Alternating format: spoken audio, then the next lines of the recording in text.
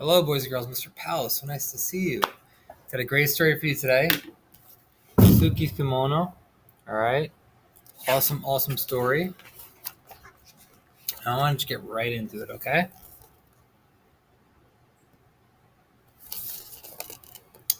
On the first day of school, Suki wanted to wear her kimono. Her sisters did not approve. You can't wear that, said Mari. People will think you're weird. You can't wear that, said Yumi. Everyone will laugh and no one will play with you. You need something new, Suki. You need something cool. Big sisters can be that way.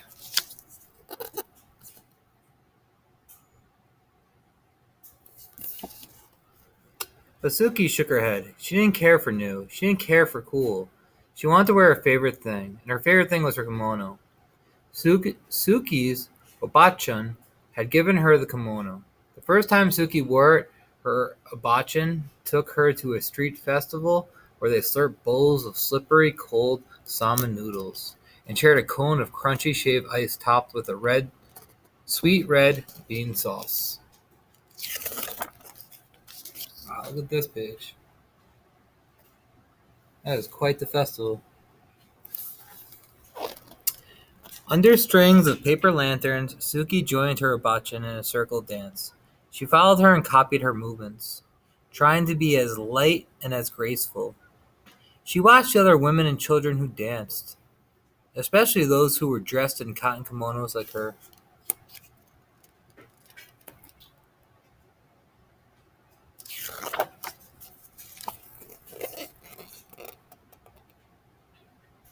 Wow, I can hear this picture. Look at this.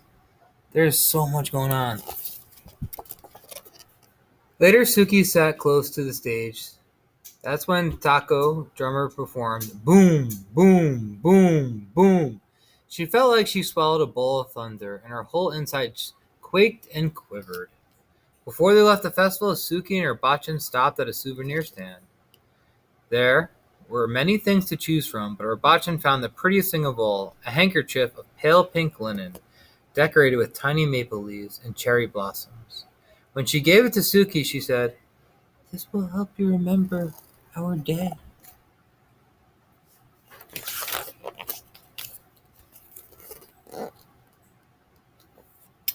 Now it was time for school. Mother checked Suki's obi one last time and took a picture of Mari, Yumi, and Saki together by the front steps.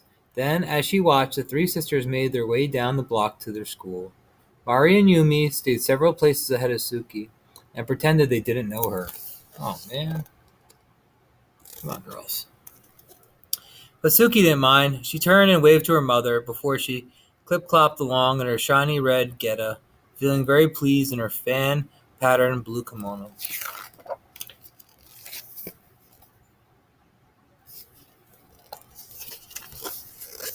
Once in a while, Suki would lift her arms and let the butterfly sleeves flutter in the breeze. It made her feel like she'd grown her own set of wings. My kind of person. Just loving life. It's all about.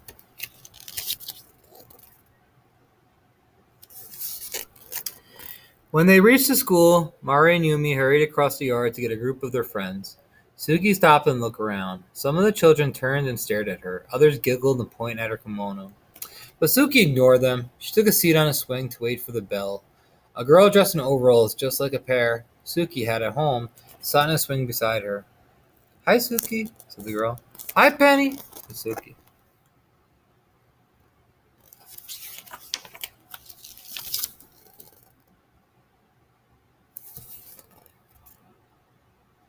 So much fun. "How come you're dressed so funny?" Penny asked. "Where'd you get those shoes?" Suki lifted her feet off the sand and wiggled her toes. "I'm not dressed funny," she said. "My grandma gave me these shoes." Suki started pumping her legs. After a moment, Penny did the same, and soon they were both spinning as fast and as high as they could. Swoosh, swoosh, up and up.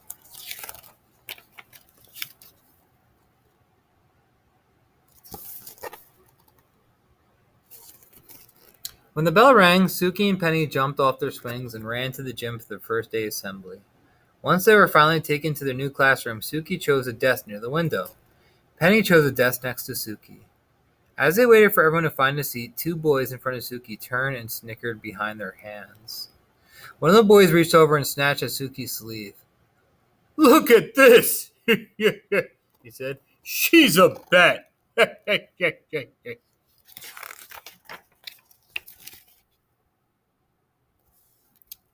Suki felt her cheeks burn, but she did not respond.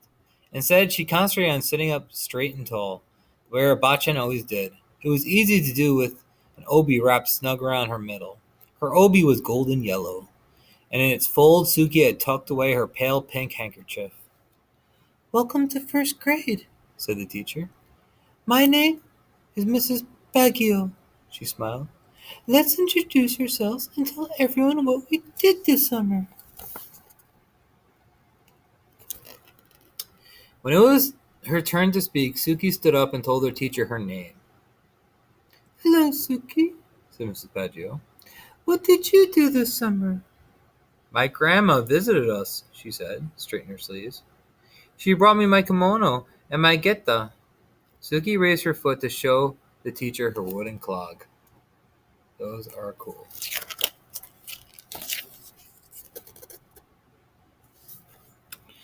Somewhere in the classroom, someone laughed, but Suki took a deep breath and continued. "The best thing was that she took me to a festival, and there was dancing girls dressed like me, and they danced like this." She took a few steps and swayed her arms sideways. Oh, she's starting to get their attention.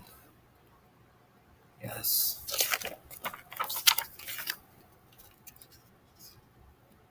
"Look, now she's dancing," someone said. But Suki didn't hear. She hummed the music she remembered hearing at the festival. She remembered how it felt to dance barefoot in the open air and fresh cut grass that tickled her toes. She tried to picture the other dancers, how they moved forward in their circle with the rhythm of the music, how they stamped their feet first right, then left, swung their arms first up, then down, how they stepped back and back and back, then clapped. When Suki couldn't remember the next step, she made it up, just to keep dancing. 1, 2, 1, 2, 1, 2, step. Keep dancing, Suki.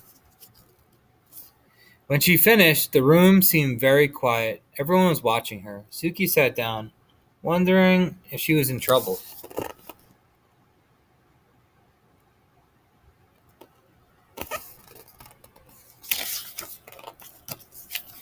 But Mrs. Paggio said, "That was wonderful, Suki."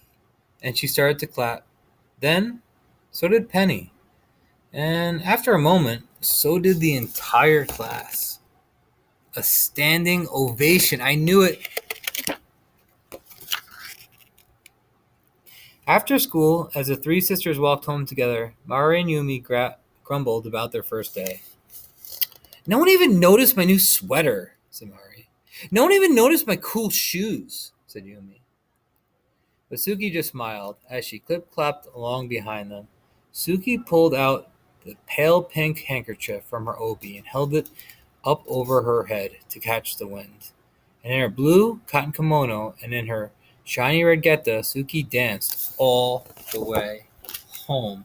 Love this story. I hope you enjoyed it too, boys and girls. See you soon.